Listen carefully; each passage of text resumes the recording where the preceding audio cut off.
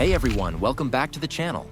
If you're new here, we're all about helping you take control of your finances and start building a secure future, one small step at a time.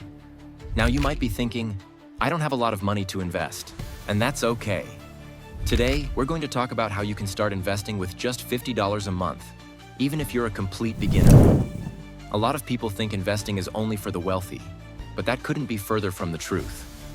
Whether you're looking to build wealth for the long term or just starting out on your financial journey, there's always a way to start, and that's exactly what we're going to dive into today. Why investing is important. The power of time and compounding. So, why should you start investing in the first place? Well, investing helps your money grow over time, something we call compound interest. When you invest, your money earns returns, and those returns earn returns of their own. The more time you give your money to grow, the bigger it gets. But here's the thing. Time is one of the most powerful tools in investing. And it doesn't matter if you start small.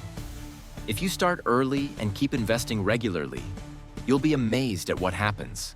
So, even with just $50 a month, you can set yourself up for financial success. The basics. How can $50 a month make a difference? Let's break this down. A lot of people think $50 isn't enough to invest. But the truth is, starting with $50 a month can help you build good habits, and that's the most important part. It's all about consistency. If you invest $50 a month for a year, that's $600. $600 you didn't have before, and it's already working for you. But the real magic happens when you let your money work for you over time. You're not just putting your money into a savings account. You're putting it into assets that have the potential to grow. And even if you start small, that growth can turn into something big. Step 1. Set your financial goals. Before you even start investing, you need to understand what you're working towards. Do you want to save for a rainy day?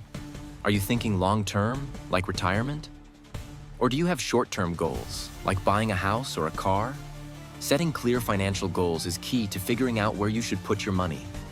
It'll help guide you in choosing the right investments for your specific situation. So, take a moment and think about what you want to achieve with your investments. That way, you'll have a roadmap that can help you stay on track. Step 2. Choosing the right investment accounts.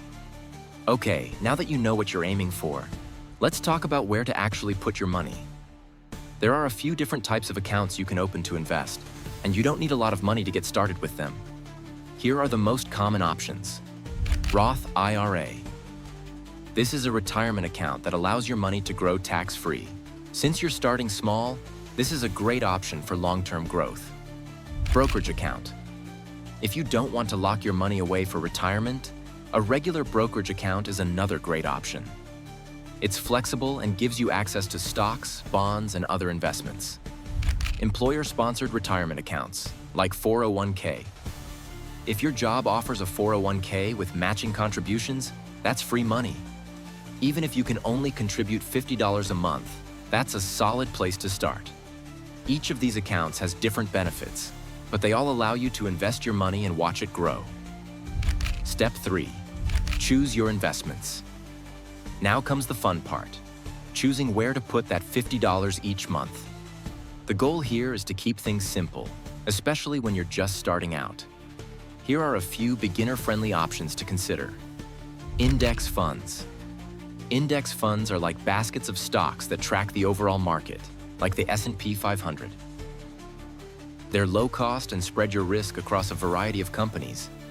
This means you're not relying on the performance of just one stock, which is perfect for beginners. With just $50, you can start investing in an index fund that gives you exposure to hundreds of top companies. ETFs, exchange-traded funds. Like index funds, ETFs allow you to invest in a collection of stocks or bonds. They trade on the stock market like individual stocks, but they give you exposure to multiple companies.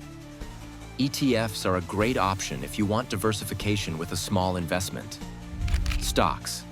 If you're feeling adventurous and you have a bit more time to learn, you can also invest in individual stocks. But keep in mind that this comes with more risk. You might only want to buy a stock if you really believe in the company's long-term potential. Robo-advisors. If you're not sure where to begin or don't want to spend too much time picking investments, robo-advisors are a great option. These are automated platforms that help you invest based on your risk tolerance and goals. Step 4. Automate your investments. One of the best ways to make investing with $50 a month easy is by automating it. Many investment platforms allow you to set up automatic transfers, so you don't have to think about it each month. That $50 will just be automatically deducted from your account and invested into your chosen investment. By automating your investments, you're taking the guesswork out of it and building consistency. You'll be surprised how quickly that $50 starts to add up over time. Step 5.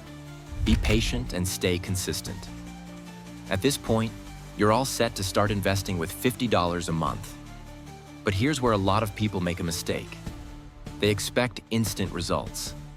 The truth is, investing is a long game. It takes time for your investments to grow and for you to see meaningful returns. But remember, the key is consistency. If you stick to your plan, even if it's just $50 a month, you'll start to see progress over time. Don't get discouraged if your investments don't shoot up immediately. The real power of investing comes from doing it consistently and letting time work in your favor. Step 6. Keep learning and adjusting your strategy. Investing is not a set-it-and-forget-it situation. As you continue on your investment journey, take the time to keep learning. Understand how the market works, learn about new investment opportunities, and review your portfolio every once in a while to see if your strategy needs tweaking. You might find that as your financial situation changes, you can increase your monthly contributions. Or you might want to diversify your investments further. The key is to stay informed and adjust your approach as needed. All right, so there you have it. How to start investing with just $50 a month. You don't need to wait until you have a huge amount of money to invest. You can start today, and that's what matters. Remember, it's all about building the habit and staying consistent. So get started now and let time work its magic. If you found this video helpful, don't forget to like, comment, and subscribe to the channel. Share it with anyone you know who could benefit from learning how to invest, no matter their budget. And as always, feel free to ask any questions you have in the comments. I'm here to help. Thanks for watching, and I'll see you in the next video.